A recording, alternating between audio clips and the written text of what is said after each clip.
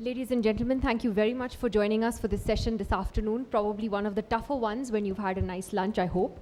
And you're inching towards the end of the day. Thank you, Nicolo, for a fascinating presentation that, in a sense, has set the tone about what we're about to talk about over the next hour or so. We're looking, of course, at the video-on-demand industry that has taken off certainly in the West, and as Nicolo was pointing out, has taken off in Asia and is set to grow dramatically over the next 5 years or so.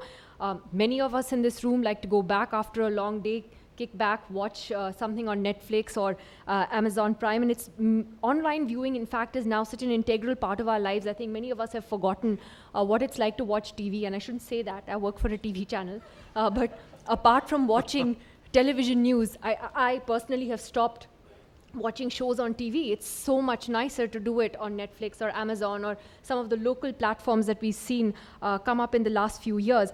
So some of the questions, and I think Nicolo's raised them already, is the possibilities for consumers, what the future of this industry is, and also importantly, how is this industry going to be regulated? Is that even possible? And I would like to welcome on the panel Kuek, Yu-Chuang, the Managing Director of APAC Netflix, who's with us today, filmmaker Sudhir Mishra with us, and of course you've been introduced to Nicolo already. And I'd like to begin actually by asking Kuek about the Netflix experience, especially in Asia. I mean, Netflix is huge, and then when you come to Asia, what have your unique experiences been in different countries which have their own cultural concerns and issues with regulation and so on? What has the experience in Asia actually been? Thank you, Needy. I think in many ways, Netflix is an old brand. I think when it comes to internet or streaming TV, we are the pioneers, and we had our roots from the DVD distribution days back in 1997. But if you think about it, all this happened very recently. We moved into the actual streaming product only in 2007. And in this part of the world, we only launched last year. So in many ways, we might be leaders in the industry, but in many ways, we're learning as well. And you're absolutely right, Needy. In this part of the world, there was a lot to learn. I think one of the important lessons that we have come to realize is the importance of local content, that people want to watch compelling content from here, which is why we've made significant content investments. We're very excited about an upcoming title, Sacred Games, with Saif Ali Khan. We are very excited about things that are already on the service. For example, working with Red Chillies Entertainment. We hope for an opportunity to work together in the near future. I'm a little jealous that you're working with Amazon Prime at this moment, giving me a little bit of discomfort. But I would say that the early learnings would really be how localized you have to be in addition to having a robust global catalog. And I mean, like, even in this market, we have Hindi content, we have Tamil content. So really putting the customer or the consumer at the center and then catering to the needs of the consumer, that's the key learning. Can I ask you specifically, though, Sure. about your experience with the Indian consumer and Okay. what is different about the Indian consumer? Or do you think there is a common thread in all countries? Obviously, people want good content, but is there something about Indian consumers in particular that stands out or is different, and therefore Netflix has had to perhaps reorient itself a little? So I think for the Indian consumer, there are some themes that are, if you may, universal themes that we observe around the world. I think one interesting thing that we see here is that 79% of surveyed couples in India say that Netflix is a great way to spend time together. And so this is something that we see across the world. We know that a lot of couples like watching TV together. In addition to that, there are some differences as well. I think, over here, this is a market where 31% actually sign up using a mobile device. So we see a lot of people relying on their mobile devices and wanting to watch things on their mobile device. as Nicolo alluded to just now, there are a lot of people who access content on their commutes. And I think this is where we are serving a consumer need. The fact that Netflix is a service where, you know, you pay a flat fee, you can watch any content you want with no advertisements, and you can start, stop, pause from device. Like, you can watch it on your mobile, on your way to work, and on your way back when you get home, when you switch on the TV, when you log into your account, it starts off where it continues where you have stopped. These are the product features and the on-demand features that the Indian consumer is looking at. And I think we are really very lucky because we emerged at a time where the technology was available for us to make these things accessible to the consumer. Of course, we have to contend with things like bandwidth or infrastructure issues. And I think this is where the untold story is in terms of how much investment a company like ours has to put into the actual delivery of the content. I was going to come to that, in fact, because I can't get through a day without, I swear, about 15 call drops. Okay, so I'm just wondering, when people access their content on a mobile phone, and Nicolo, maybe you can weigh in on this, in a country like India, where officially the internet penetration is 33%, and it maybe it's 50 if you, and not 33, that's the official number. How do you deal with these infrastructure issues? How do you deal, it's not actually that easy to be able to stream stuff on your cell phone in this country, and that's a fact. So this, it's a very interesting question, especially in a market economy, right, where there's so much that the government can do per se. There's an interesting study by the World Economic Forum that actually shows that internet penetration rates increases with content availability and content variety. And let me tell you why. The more content is available online, and the more there's consumer demand for it. So at some point you'll get to a situation where it's stuck. The network is actually stuck with it. But that will lead to an increased demand for connectivity. So actually network providers will have an incentive to build internet infrastructure there, improve the connectivity, right? Because it's a virtuous cycle for everybody. And then once you have the infrastructure laid in there, content providers will actually be incentivized to invest more because the consumer base is getting larger and larger. If you manage to trigger this virtuous cycle, it can actually go higher and higher. So yes, at some point, you have to allow for more content, more variety of content, and then things will almost come there naturally. What matters is that it's a nascent industry, and so you have to create the condition right there for it to develop by itself. So Sudhir, Mishra, how have traditional media, or someone like you as a filmmaker, you're partnering with Amazon Prime, much to Kuek's dismay, but how is, for instance, the Indian film industry adapting to this, traditional media adapting to this? Well, I mean, aside from the people who see it as another, money bag in town and let's jump, but there's the serious, in India, too long even for a lot of filmmakers and for a lot of audience, there has been decisions made. This works and this doesn't. Well, you'll be surprised at what works. So when there was theatrical exhibition opened up for a lot of other kinds of films with, say, the advent of the multiplex, you found it surprising that many things work, right? So 2 years ago, somebody said, you can't make a film like Lipstick Under My Burqa. You know, the censor board chief said very funny things about it, like it deals with ladies' problems and some stuff like that. Amongst other things. But you found that the film worked. It had a large niche. It made by, even commercially, it was kind of viable. So you are shocked as hell by Newton today, right? So I mean, even for the filmmaker, the nepotism of the industry, I mean, in fact, I think this medium will explode in India because there was so many restrictions on the audience and on the filmmaker, and on a kind of a filmmaker, the young man from all over the country, who, because of nepotism, doesn't find place, or because of some theories of what works and what doesn't find place. So I think, because filmmakers represent communities, represent ideas, I mean, they may be from a community and not represented at all. They can be anything, right? So, I mean, I think in this country, the web, you suddenly find it exploding. You see people on their mobile phones, even something like WhatsApp, even the AIB video that went viral today. It's exploding because there's been such a lot of restriction on content. So I think the industry, whether it does or not, there will be a whole host of creative talent that will get an opportunity to make stuff which they haven't, you know, I mean, and they haven't been able to ideas? More original ideas. And for the, see, I mean, like Nicolo is saying, now an audience doesn't know what they like sometimes, you know, because there's not availability. But suddenly you have Netflix, and suddenly you have a program from Latin America.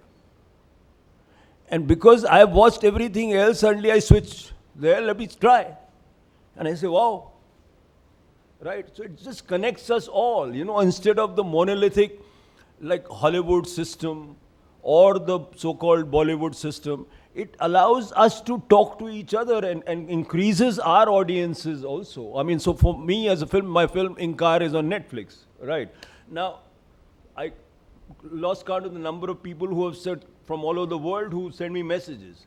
So suddenly the film also talks to so many other, you know, so I mean, even the Indian industry can expand in the mind and in its creative abilities, and much more brighter young people can find expression, and I think it will. I think in India, it will, I mean, like the mobile device took off really, you know, I mean, because there was a lack of landline. So because there's a lack of, there's so much restriction on what is supposedly Indian and can be watched, I think, and the Indian is far brighter than what the government gives them credit for. Right. Which then brings me to this issue of regulation, and Kuek, you know, just weigh in on that. I don't know how it works in different countries, and maybe you could shed light on that. What problems your platform has faced in various countries? Have you ever had to self-censor? Have you ever had to cut a scene in one country which is elsewhere? In India, it's interesting that here, you know, where we have all kinds of crazy rules when it comes to censorship and on television, and what he pointed out on films, it's not regulated actually, this video on demand on content. So have you ever felt the need to do it here? Or, you know, like, can you say beef on Netflix in India? Just asking. So I think one thing that is often neglected is that we tend to underestimate how like-minded the industry could be in terms of what the policymakers are thinking. For me to be a long-term player in India and to have a long-term and lasting relationship with my consumer, I have a responsibility to make sure that I am empowering the consumer to only have appropriate content shown to their children, and that the content that I give them is that the content that they're looking for. So on a platform like Netflix, and it's not just us, I think there are a lot of my industry colleagues who lead on industry best practice. We think of very thoughtful product features. For example, pin controls, or having a very rigorous rating system, so that before you watch something, you know what you're about to watch.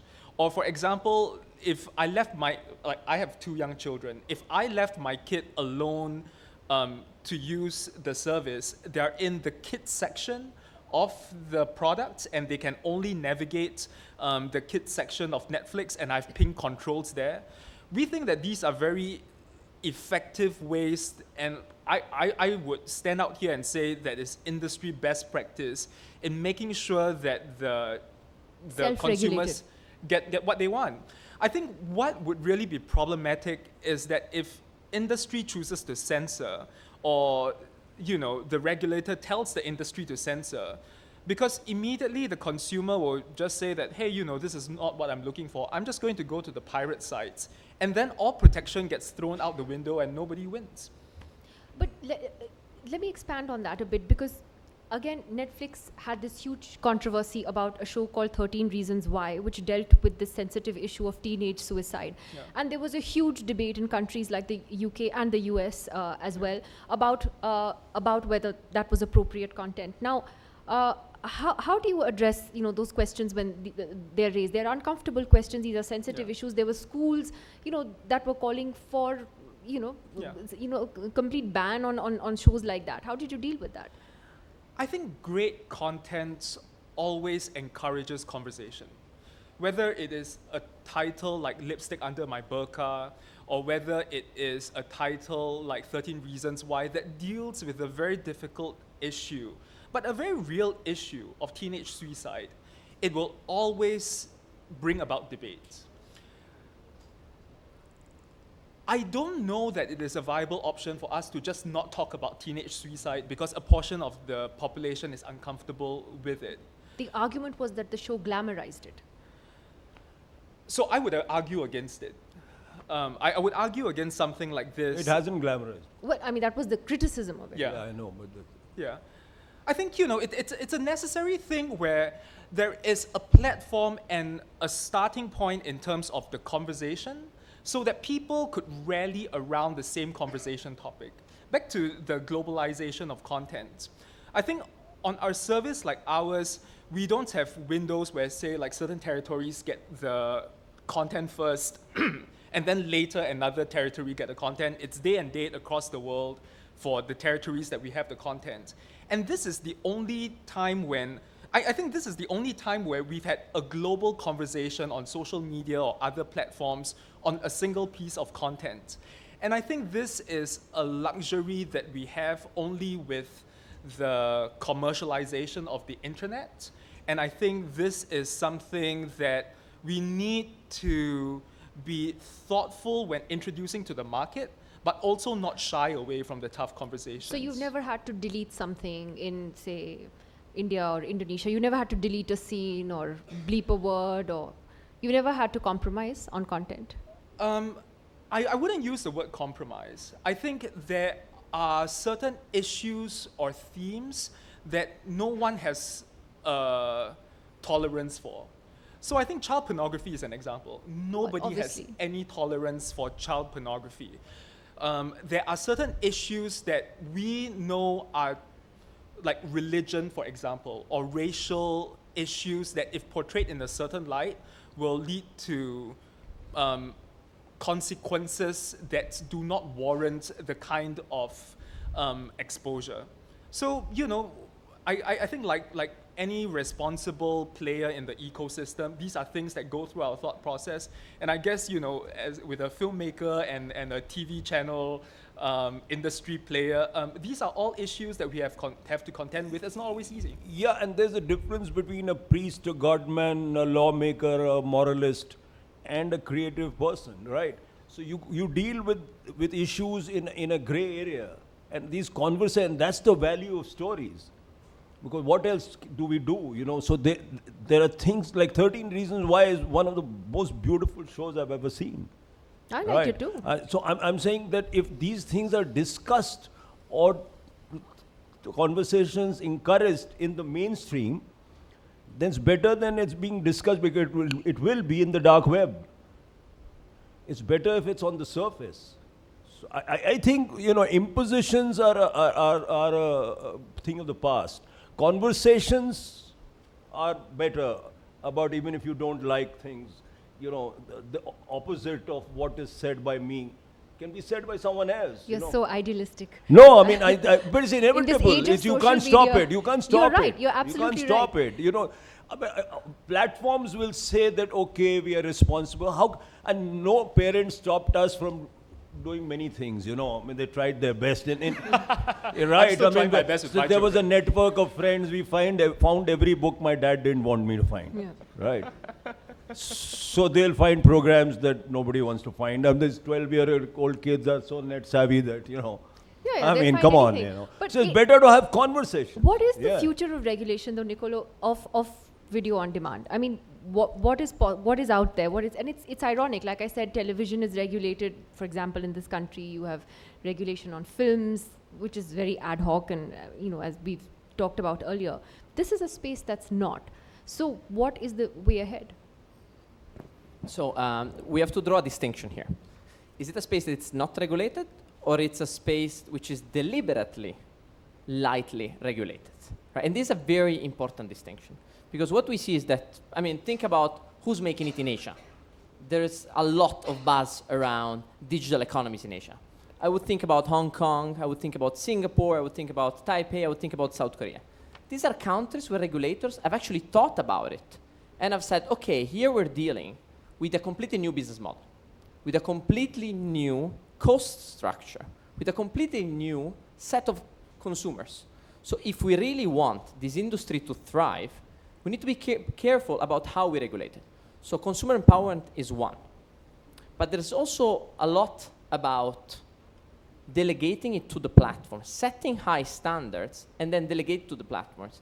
Think about waiting for 2 weeks to get censorship approval to see a movie. 2 weeks. In a previous study in my McKinsey life, we actually estimated that 90% of the box office money is made in the first 2 weeks of a movie. You have a consumer wait for it, boom, it's gone. Actually, what you should do is actually you set the standards very high, and you decentralize regulation, and then you really slap them on the wrist or intervene as regulators. But the more you manage to offload to the platforms themselves and to consumers to be able to protect themselves from it. How does it work in different countries? Just give us some examples. So I'll tell you how it works in Singapore, for example, right? So you have IMDA, which is the local authority, which actually automatically class licenses OTT players, both international and local. So the first thing is that they don't discriminate. They don't scare off investors away by discriminating it. Then they set standards for how a content should be regulated, okay? So it's about different age ratings for it. And then once the content is rated, it goes there as rated itself. So think about Netflix. If a content has been rated as only 18 years old, as a Netflix consumer or an Amazon Prime consumer, you need to have inputted your ID details, and you need to have chosen a PIN in order to see that. This is something which takes the consumer 5-10 minutes maybe, instead of having to wait for a censorship approval to arrive from the government, and then next thing you know, everybody's clicking on the legal website. Well, let me just open this to the audience for a few minutes before we get back to the panel. If anyone has any questions, could you raise your hand to any of the panelists? Yes, sir. You'll have to just go to the mic and introduce yourself. Thanks. Samir Patil. Yeah, Samir Patil from Gateway House, Bombay. How does this local globalization of content done by the OTT players and the VOD players meets with the localization of internet, like in China, for instance? Who would like to take that? Would you like to take that? Nicolo? The localization of content, how do you meet with the localization of the internet? He gave the example of China. I believe I was talking about Hong Kong, but it's fine. I'm happy to take this question because it's something I would love to look at, right? So what you could see is that I don't think that there is a localization of content. I think that actually the consumer base is getting larger, okay? So before it was about the US, it was about Europe. Now there is an increasing consumer base in Asia. So you have Bollywood, you have South Korea that actually succeeded in the traditional film industry. But who's gonna get it next, okay? If a creative industry will be able to cater to the tastes of the local consumers, that will be great. They will be able to grab a greater size of a new pie. If, on the other hand, for whatever reason, maybe because the government hasn't set the right conditions for it to develop, or because maybe content producers, directors cannot really intercept these new tastes of consumers, they will leave it to the international audience. Now, the key question is not whether you're able to capture your local consumers. That's relatively easy. The real question is, will you be able to export content in the new markets from an emerging market perspective? I think the export point is very interesting, because I think the beauty of a service, of an internet streaming service, is the borderless nature of it. Yeah. So I think Sudhir was talking about Latin American contents, for example. There's this one title I want to point out. It's called 3%. It's a CyFy. It's a Brazilian series that is a sci-fi theme. It started as a 3-part web series on YouTube. Eventually, the story was developed. It was pitched with the local operators. I think in a market where they think that, hey, telenovelas work and we only want to stick to telenovelas, nobody picked it up.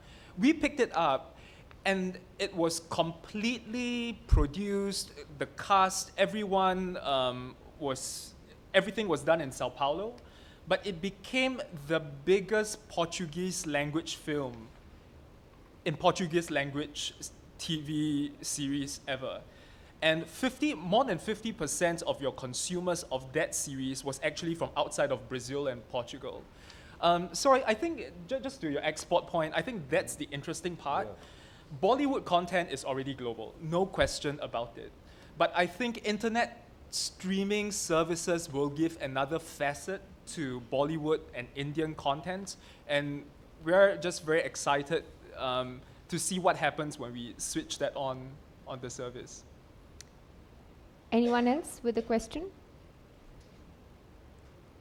Has everyone gone to sleep? Are we that boring? Come. Yes, sir. Hi, I'm Gautam Saxena. I'm also Singapore-based. Yu-Chuang, question for you on just the ability for people to stream internet, with Nidhi referred to, on mobile, and given the fixed line penetration is really low here. At some point in time, you're going to hit an inflection point and people will not be able to download the content, right? I mean, if you offer download, I think it's okay, but it's missed calls, you can't do WhatsApp, it's a big issue on the quality of mobile service here. And I think there's enough content on the piracy side for internet companies to provide broadband. So it's not just about content availability, it's just about constraints. And I think the second question is, in a market where the ARPU is $2-3, and where Netflix is about $10, are you happy just at that layer, or for markets like Indonesia, India, do you have any plans for enhancing access, lowering the price points, or providing some form of broadband? It's actually interesting, that question, because just today Amazon actually doubled its price, right? So pricing is a commercial question that is in the center of many of the company conversations. It's something that we talk a lot about. At the end of the day, our philosophy is to just make things very simple for people. There are different ways we can monetize this. You can add advertising, you can look at sachet pricing.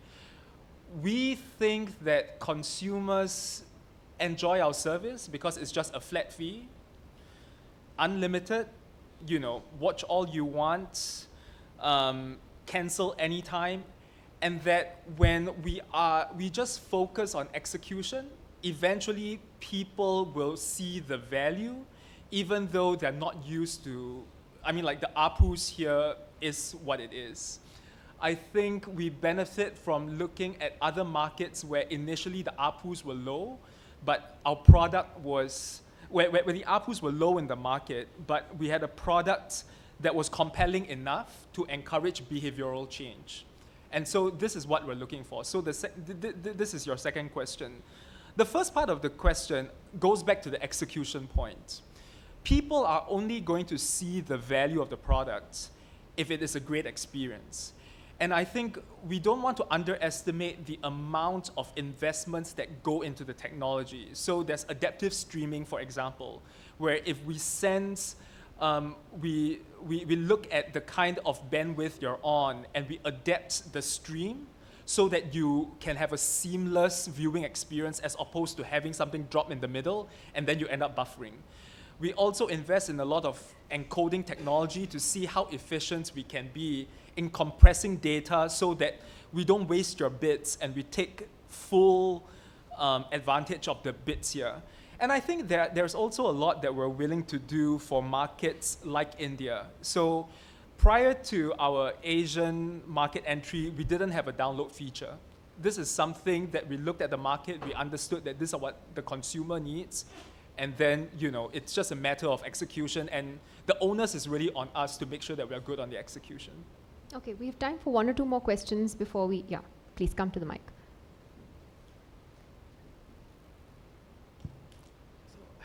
Hi, I'm Jatin. I'm from Center for Civil Society.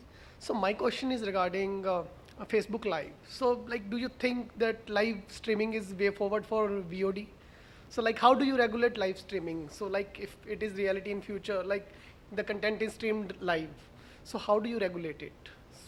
So the question is, Facebook. Live. I think.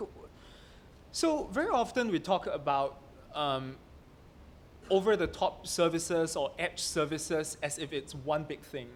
The truth is that the internet has allowed a lot of new technological innovations. They can be communication services like your Skype-like services or your Messenger-like services.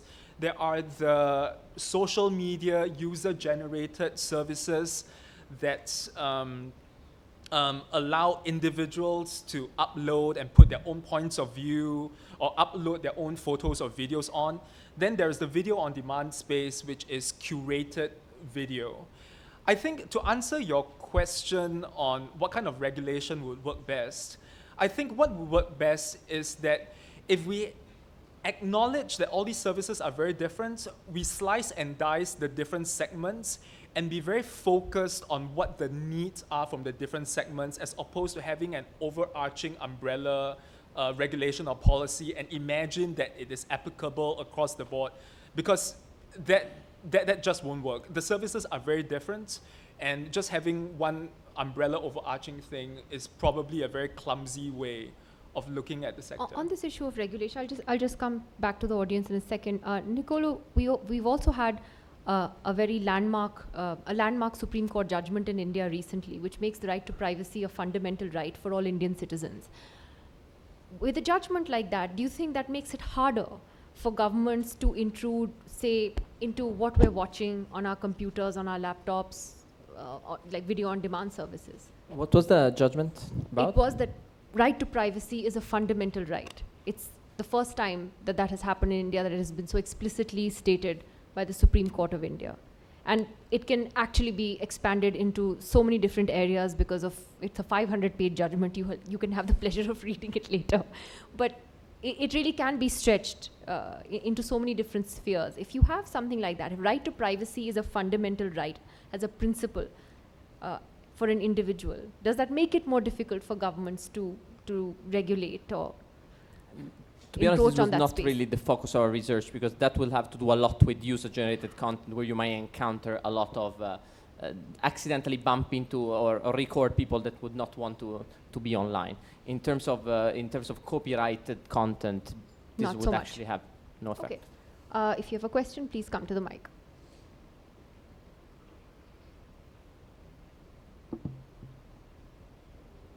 So I'm Pradeep. I run this platform called Jan Ki Baat, where we have a huge base of citizen journalists. So my question is with respect to the timing of these videos. So what we've basically seen is that the amount of time that people view content on WhatsApp especially is very insignificant. It's like few seconds, 40 seconds to be precise.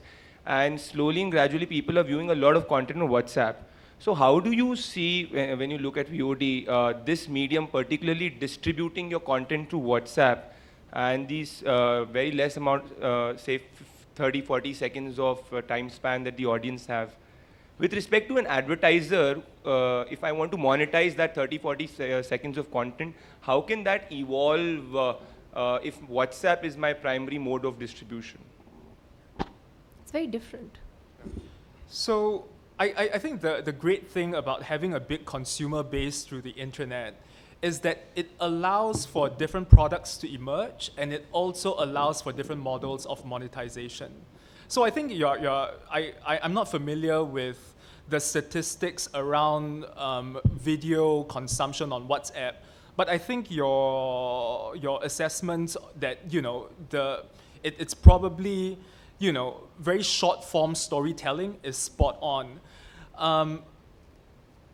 I think the responsibility is really on the industry to think of how that content is best monetized. I think we find ourselves establishing a niche in the long form storytelling, and also in a subscription-based model. This is something that has worked well for us. And I think what allows for the vibrancy of the model is that you can have different models. And I think what's most interesting is that when you have that cross-pollination of different formats, I look at the idea that you have with AIB, and it's something that probably has come from a very young demographic-based thing to something that is going to be more produced, if you may. So I think that is an interest, and that really goes to the vibrancy of different video formats available in the market. Well, let me just get quick last comments from the panelists. Firstly, in terms of content, Kuek, let me ask you, do you see more and more localized content coming out of India? You also have now these domestic video-on-demand platforms like Balaji, for instance, which is apparently doing really well. Do you see, for instance, Netflix shifting more and more to localized content in India? We definitely have an interest and have already made investments in local content. And I think it's great that we also have local players emerging, because I think only when you have a vibrant ecosystem of like players that you can really bring about that behavioral change in terms of consumption patterns that will allow everyone in the ecosystem to benefit at the same time. Sudhir, Mishra, your closing comments on that. What do you see as the future? Is this the future? Absolutely. I think this is the future. I mean, old technologies don't necessarily kill, new technologies don't necessarily kill old technology. So I mean, there is a space for watching a film in the theater the way we used to. Just as you can go to a rock concert, you can see a play. I mean, but this idea, this democracy of being able to see things, when I want, people say, for example, that an attention span has gone down, but if I watch a whole season of Breaking Bad over a weekend, my attention span hasn't gone down, It's increased manifold, So, I mean, the whole way of, I can watch it where I want, I can put it up 100-inch TV screen, which I do because I respect the sound work and visual work that the filmmaker, the cinematographer has done. So, I mean, that's how I would like my content to be watched. So I watch the others' content in the best possible way. I wouldn't watch it on a phone. But somebody can, and better he watches it than not watch it. So, I mean, I think this is part of the future, and the future is big, so I don't know how this will change. I mean, one day Netflix may be distributing to 5,000 theaters around the world a Martin Scorsese film, which will simultaneously come on your phone. Who the hell knows, I mean, that's brilliant, so it becomes like an event, Yeah. that one day, that big film, and which you can watch then anytime else, So, I mean, I think that's the future. You can't deny. It's a wonderful future, and the more the players, the better it is, All right, Yeah. I've got the red warning that's saying time's up, and so like a good disciplined anchor, I shall wrap it up. I'd like to thank the panelists very much for this interesting conversation. I think one thing that was very clear through the conversations with all of you is that it has to be self-regulation, it has to be, if there is any regulation, and that it has to be a free space, the video-on-demand space, because that is what makes it stand out from other platforms. So thank you very much to all of you, and thank you to our audience as well. Thanks very much.